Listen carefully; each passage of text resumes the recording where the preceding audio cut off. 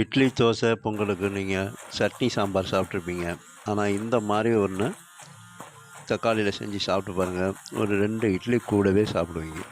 அவ்வளோ டேஸ்ட்டாக இருக்கும். சாப்பிட சாப்பிட திகட்டாது. அதே போல் தோசைக்கும் அவ்வளோ டெலிஷியஸாக இருக்கும். நீங்கள் ஒரு 4 தோசை எக்ஸ்ட்ராவே சாப்பிடுவீங்க. அந்த அளவுக்கு இருக்கும். உணவை என்றைக்கும் கவனமாக பயன்படுத்துங்க. தேவையில்லாமல் வேஸ்ட் பண்ணாதீங்க.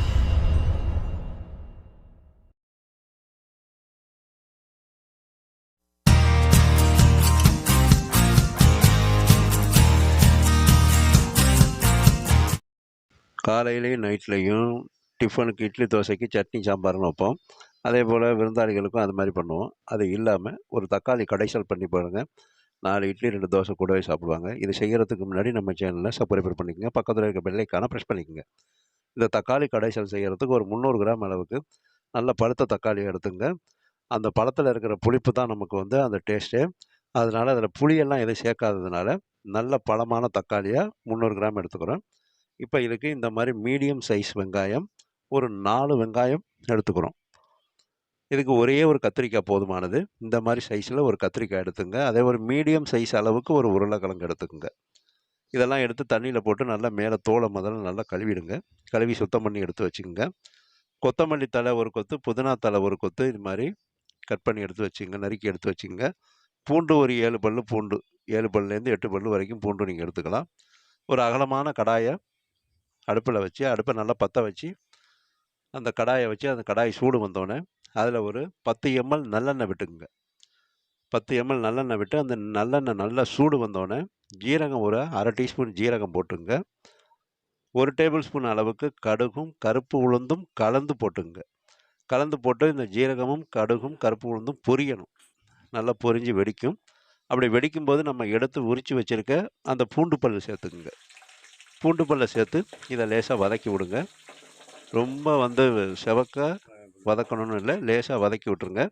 இந்த மாதிரி வதக்கி விட்ட பிறகு 2 காய்ந்த மிளகாய் போட்டுங்க. 2 காய்ந்த மிளகாய் காம்பை நீக்கிட்டு போட்டுருங்க. போட்டு அதையும் லேசாக அதில் வதங்கட்டும். அது கூட கருவேப்பில்லை ஒரு கொத்து கருவேப்பில்லை போடுங்க. போட்டு அந்த கருவேப்பில்லை நல்லா பொரிஞ்சு வந்துடும். பொரிஞ்சு முருகலாக வந்துடும். இந்த மாதிரி வந்த பிறகு, இந்த பதம் வந்த பிறகு நம்ம நறுக்கின வெங்காயத்தை சேர்த்துங்க. இந்த வெங்காயத்தை வந்து நீங்கள் ரொம்ப செவக்க கொண்டு வதக்கக்கூடாது.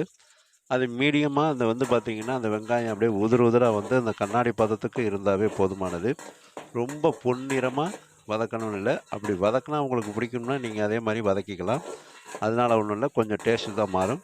இந்த மாதிரி கண்ணாடி பதத்துக்கு நல்லா கண்ணாடி பதத்துக்கு இந்த மாதிரி அதை வதக்கி விட்டுருங்க. வதக்கி விட்டு இந்த பதம் வந்தோடனே நம்ம நறுக்கி வச்சுருக்க கத்திரிக்காயை சேர்த்துங்க. கத்திரிக்காயை சேர்த்து அதை லேசாக ஒரு வதக்கிங்க.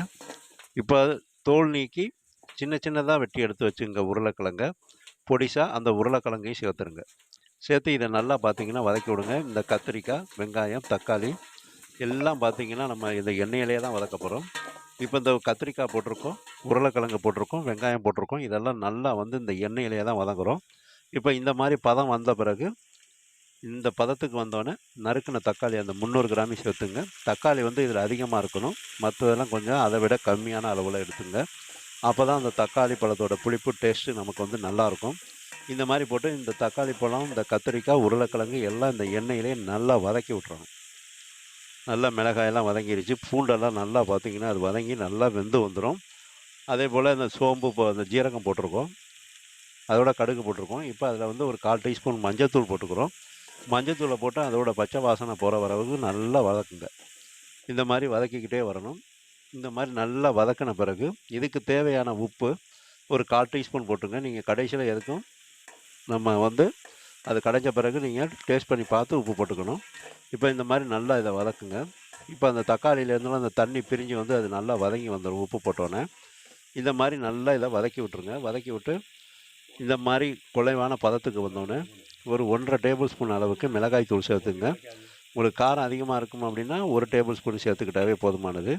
நான் 1/2 டேபிள் ஸ்பூன் போட்டுக்கிறேன். போட்டு அது நல்லா வந்து பார்த்திங்கன்னா அதோட பச்சை வாசனை போகிற அளவுக்கு நல்லா வதக்கி விட்டுறேன். இந்த தக்காளியோட புளிப்பு காரம் இதில் வந்து பார்த்திங்கன்னா நல்லா பர்ஃபெக்டாக சூப்பராக இருக்கும். இந்த மாதிரி நல்லா வதக்கி அந்த மிளகாயோட பச்சை வாசனை போன பிறகு அந்த மிளகாய்த்தூளோட பச்சை வாசனை போகிற பிறகு கரம் மசாலா தூள் ஒரு 1/2 டேபிள் ஸ்பூன் போட்டுங்க. 1/2 டேபிள் ஸ்பூன் கரம் மசாலா தூளை போட்டு நல்லா வதக்குங்க. நல்லா வாசமாக இருக்கும். அது கூட கொத்தமல்லி தழை, கொஞ்சமாக கொத்தமல்லி தழை, ஒரு கொத்து கொத்தமல்லி தழை, ஒரு கொத்து புதினா தழை 2யும் போட்டு நல்லா வதக்கிடுங்க. இந்த மாதிரி வதக்கி அதை நல்லா ஆற விட்டுருங்க. சூடே இருக்கக்கூடாது. அப்படி ஆறின பிறகு அதில் வறுத்த வேர்க்கடலை, நல்லா வறுத்து தோல் நீக்கி எடுத்து வச்சுருக்கணும். அந்த வேர்க்கடலை 2 டேபிள் ஸ்பூன் போட்டுங்க. 2 டேபிள் ஸ்பூன் போட்டு இந்த கடையக்கூடிய இந்த பிளெண்டரால், ஹேண்ட் பிளெண்டரால் இதை அப்படியே நல்லா தண்ணியே சேர்க்கக்கூடாது. தண்ணி சேர்க்கக்கூடாது. தண்ணி இல்லாமல் இதை வந்து பார்த்திங்கன்னா இந்த மாதிரி கடைஞ்சி விடணும். இந்த மாதிரி பிளெண்டர் இல்லைன்னா நீங்கள் மிக்ஸி ஜாரில் கொடுத்து நல்லா இதை பிளெண்ட் பண்ணி எடுத்துகிட்டு வந்துடுங்க. நல்லா அரைச்சி எடுத்துகிட்டு வந்துடுங்க. தண்ணி சேர்க்காமல் செய்யணும். அதுதான் வந்து இதில் வந்து டேஸ்ட்டு. தண்ணி சேர்த்திங்கன்னா அப்படியே உங்களுக்கு தண்ணியாக சட்னி மாதிரி போயிடும். இந்த மாதிரி கெட்டி பதத்தில் இருக்கணும். இந்த மாதிரி பிளெண்டரால் நல்லா அதை மசிச்சு விட்டிங்கன்னா உங்களுக்கு நல்ல குழைய மசிச்சு வந்துடும். இந்த மாதிரி அதை நல்லா மசிச்சு எடுத்துக்கணும். அப்போ தான் உங்களுக்கு டேஸ்ட்டாகவே இருக்கும். இந்த மாதிரி நல்லா அதில் சுத்தமாக எதுவும் திப்பி இல்லாமல் நல்லா பேஸ்ட் மாதிரி அதை சந்தனம் குலைக்கிற மாதிரி நல்லா அதை இந்த மாதிரி பிளெண்ட் பண்ணி எடுத்து வச்சுக்கோங்க. இப்போ அதை நீங்கள் டேஸ்ட் பண்ணி பார்த்துட்டு இதில் உங்களுக்கு உப்பு பத்தலைன்னா உப்பு போட்டுங்க. இப்போ நான் டேஸ்ட் பண்ணி பார்த்துட்டு அதில் எனக்கு உப்பு பத்தலை, அதனால் ஒரு 1/4 டீஸ்பூன் உப்பு மேலால் தூவி விட்டு அதை நல்லா மிக்ஸ் பண்ணி விட்டுக்கிறேன். அதை நல்லா வந்து கலந்து விட்டுறணும். உப்பை போட்டு அப்படியே விட்டுறக்கூடாது. அதை நல்லா பார்த்திங்கன்னா இந்த தக்காளி கடைசலில் நல்லா இதை வந்து நீங்கள் இந்த மாதிரி பிரட்டி விட்ருங்க. நல்லா கலந்து விட்ருங்க. உங்கள்கிட்ட அந்த மிக்சரும் இல்லை மிக்ஸி ஜாரும் இல்லை, பிளெண்டரும் இல்லைன்னா அம்மியில் வச்சு அரைச்சிக்கலாம். இப்போ இந்த மாதிரி அதை பிளெண்ட் பண்ணி நீங்கள் எடுத்து ஒரு கிண்ணத்தில் வச்சுங்க. அடுப்பை பற்ற வச்சு அதில் ஒரு தாளிப்பு கரண்டி வைங்க. அதில் 2 டேபிள் ஸ்பூன் அளவுக்கு நல்லெண்ணெய் போட்டுக்குங்க. நல்லெண்ணெய் போட்டு அந்த நல்லெண்ணெய் நல்லா சூடு வந்தோடனே கடுகும் கருப்பு உளுந்தும் ஒரு 1/2 டீஸ்பூன் போட்டுங்க. அந்த கடுகு பொரியும் போது கருவேப்பில்லை ஒரு கொத்து போட்டுக்குங்க. கருவேப்பில்லை ஒரு கொத்து, ஒரு 1/4 டீஸ்பூன் அளவுக்கு பெருங்காயத்தூள் ஒரு 1/4 டீஸ்பூன் போட்டு இதை நல்லா மிக்ஸ் பண்ணி விட்ருங்க. அடுப்பை ஆஃப் பண்ணிடுங்க. இப்போது நல்லா மிக்ஸ் பண்ணோன்னே நல்லா அந்த தாளிப்பு வாசமாக இருக்கும். இதை அப்படியே எடுத்து நம்ம தக்காளி கடைசியில் அது தலை மேலே அப்படியே போட்டுருங்க. அப்படியே கும்முன்னு கிளம்பும். அது பிஸ்ஸுன்னு ஒரு சவுண்டோடு கிளம்பும். அந்த மாதிரி அந்த அளவுக்கு சூட்டோடு அது போடணும். அப்போ தான் அதில் காரம்லாம் இருந்துச்சுன்னா உங்களுக்கு பேலன்ஸ் ஆகிக்கும். நல்லா உப்பு, காரம், புளிப்பு, தக்காளியோட புளிப்போட சூப்பராக இருக்கும். ஒரு 4 இட்லி கூட சாப்பிடுவீங்க. அந்த அளவுக்கு டேஸ்ட்டாக இருக்கும். இந்த மாதிரி ரொம்ப ஈஸியாக இந்த தக்காளி கடைசல் சட்னி சாம்பாருக்கு பதில் கொஞ்சம் வித்தியாசமாக செஞ்சு பாருங்கள். சூப்பராக நீங்கள் சாப்பிட்டு பார்த்துட்டு அடிக்கடி திரும்ப திரும்ப செய்வீங்க.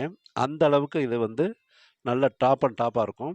ரொம்ப எளிமையாகவும் இருக்கும். சட்டுன்னு கெட்டும் போகாது. இப்போ நம்ம அந்த தாளிப்பை போட்டிருக்கோம். அந்த தாளிப்பை நல்லா இந்த தக்காளி கடைசலோட நல்லா கலந்து விட்ருங்க. இந்த மாதிரி அதை நல்லா கலந்து விடணும். நல்லா மிக்ஸ் பண்ணி விட்டுறணும். இந்த மாதிரி மிக்ஸ் பண்ண பிறகு இதை நீங்கள் இட்லி கூட வச்சு சாப்பிட்டிங்கன்னா ஒரு 4 இட்லி கூடுதலாக சாப்பிடுவீங்க. சாப்பிட்றதே தெரியாது. அந்த அளவுக்கு டேஸ்ட்டாக இருக்கும். சட்னி, சாம்பார், இட்லி பொடி எதையும் தேட மாட்டீங்க. அவ்வளோ ஹைலைட்டாக இருக்கும். சாப்பிட்டுக்கிட்டே இருக்கணும் போல இருக்கும். கொஞ்சம் கூட திகட்டாது. அது நம்ம நல்லெண்ணெயில் பண்ணியிருக்கிறதுனால காரமெல்லாம் கரெக்டாக பேலன்ஸ் ஆகிக்கும். இந்த மாதிரி எடுத்து நீங்கள் சாப்பிட்டு பாருங்கள் அந்த இட்லியோட. அதே போல் தோசையோட நீங்கள் இந்த தோசையோட அதை பிரட்டி சாப்பிட்டிங்கன்னா இன்னும் அருமையாக இருக்கும். 2 தோசை கூட தான் சாப்பிடுவீங்க. இது சப்பாத்தி கூடயும் சூப்பராக இருக்கும். அதே போல் வெண்பொங்கலுக்கும் அருமையாக இருக்கும். தயிர் சாதத்துக்கும் சாப்பிட்லாம். வெறும் சாதத்தில் போட்டும் நல்லா பிசைஞ்சு சாப்பிட்லாம். இந்த மாதிரி ஒரு தக்காளி கடைசல் செஞ்சு நீங்கள் சாப்பிட்டு பார்த்துட்டு எங்கள் வீடியோவை லைக் பண்ணுங்கள். உங்களுடைய நண்பர்களுக்கு, சொந்தக்காரங்களுக்கு ஷேர் பண்ணுங்கள். லைக் பண்ண சொல்லுங்கள். சப்ஸ்கிரைபர் பண்ண சொல்லுங்கள். நீங்களும் இந்த மாதிரி தக்காளி கடைசல் அடிக்கடி செஞ்சு சாப்பிட்டு பார்த்துட்டு எங்கள் வீடியோவை லைக் பண்ணுங்கள். எங்களோட வீடியோவை பார்க்கின்ற அனைத்து வியூவர்ஸுக்கும், சப்ஸ்கிரைபர்ஸுக்கும் மனமார்ந்த நன்றியினை தெரிவித்துக் கொள்கிறேன்.